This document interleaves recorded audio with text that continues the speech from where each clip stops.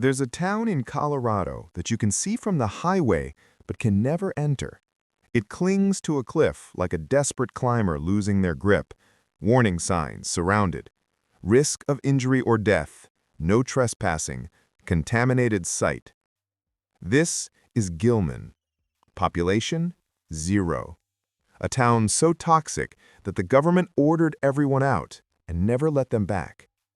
For over a century, people lived, worked, and raised families on this cliff. Then the earth they'd been mining turned against them. Late 1870s, prospectors exploring Battle Mountain above Colorado's Eagle River discovered something spectacular. Rich deposits of silver and lead glittering in the rock. A mining camp called Clinton sprang up in the early 1880s, named after Judge John Clinton from nearby Red Cliff, who owned claims on the mountain. In 1882, everything changed. The Denver and Rio Grande Railroad reached the base of the cliffs at a place called Belden. Suddenly, ore could go out and supplies could come in. The camp became permanent. In 1886, it got a post office and a new name, Gilman, honoring Henry Gilman, superintendent of the Iron Mask mine, who donated land for a school. They built it on a narrow bench carved into the mountainside. Not the most logical place for a town, but logic doesn't matter when there's silver in the rock. By 1887, Gilman was booming. Up to 1,650 people lived in the town and immediate mining district. The main street bustled with a hotel, saloons, boarding houses, a billiard hall, general store, and a newspaper called the Gilman Enterprise.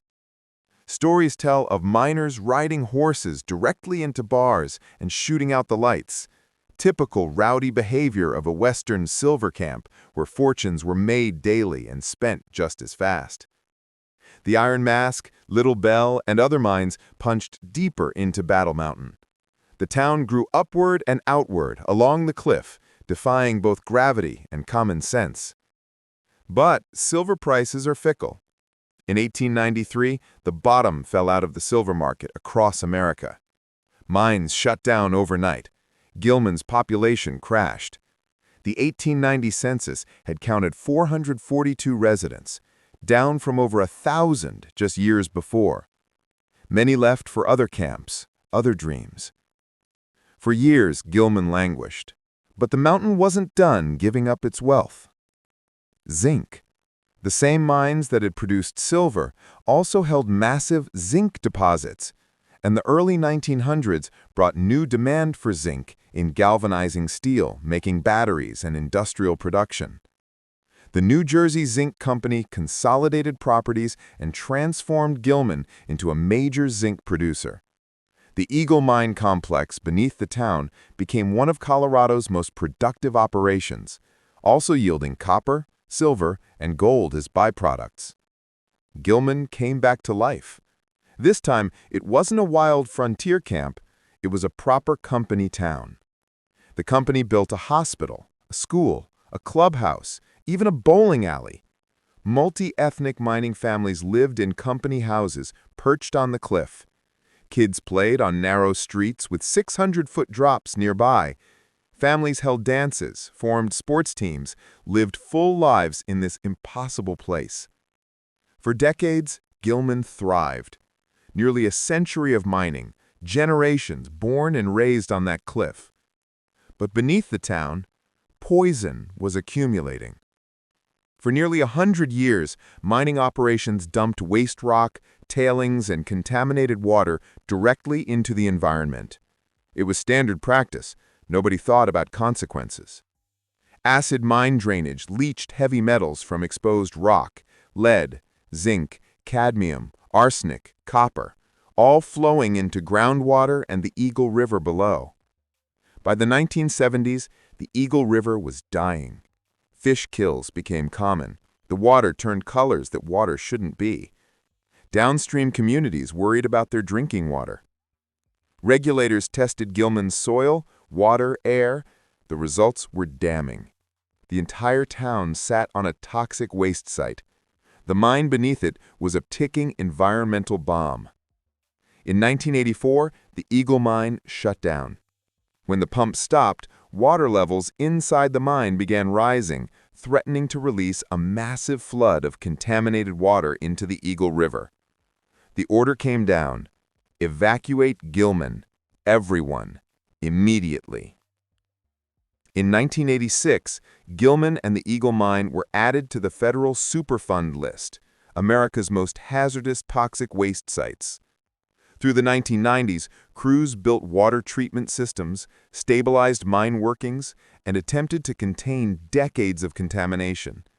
In 2001, the EPA declared the main cleanup phase complete, but the site requires permanent monitoring and treatment. Gilman remains evacuated, fenced, forbidden, a ghost town by government order. Former residents speak emotionally about watching their thriving community fenced off as a toxic zone. Homes where children were raised, streets where neighbors gathered, all declared too dangerous for human life.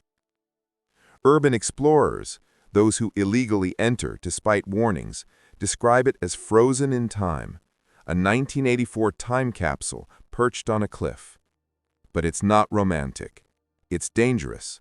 Floors collapse without warning. The air itself can be toxic. Hidden mine shafts wait to swallow the careless. Today, Gilman is visible from Highway 24, a haunting silhouette against Battle Mountain. Thousands drive past every day, glimpsing the ghost town on the cliff. The multi-story mill buildings decay. Mine headframes rust. Company houses collapse. Industrial tanks corrode. All of it suspended 600 feet above the Eagle River, slowly crumbling back into the mountain. Gilman stands as a warning. For a century, people extracted wealth from Battle Mountain without considering the cost. They built homes, raised families, created a community, all on top of poison they were creating themselves. The town didn't die from exhausted mines or economic collapse. It died because the earth itself became too toxic to inhabit. The cleanup continues. The water treatment runs 24/7. But Gilman itself will never be inhabited again. Gilman, Colorado, the town that poisoned itself to death. Gilman's story is a stark reminder that every action has consequences. Sometimes consequences that take decades to reveal themselves, but that last for generations. Thank you so much for watching this exploration of one of Colorado's most infamous ghost towns.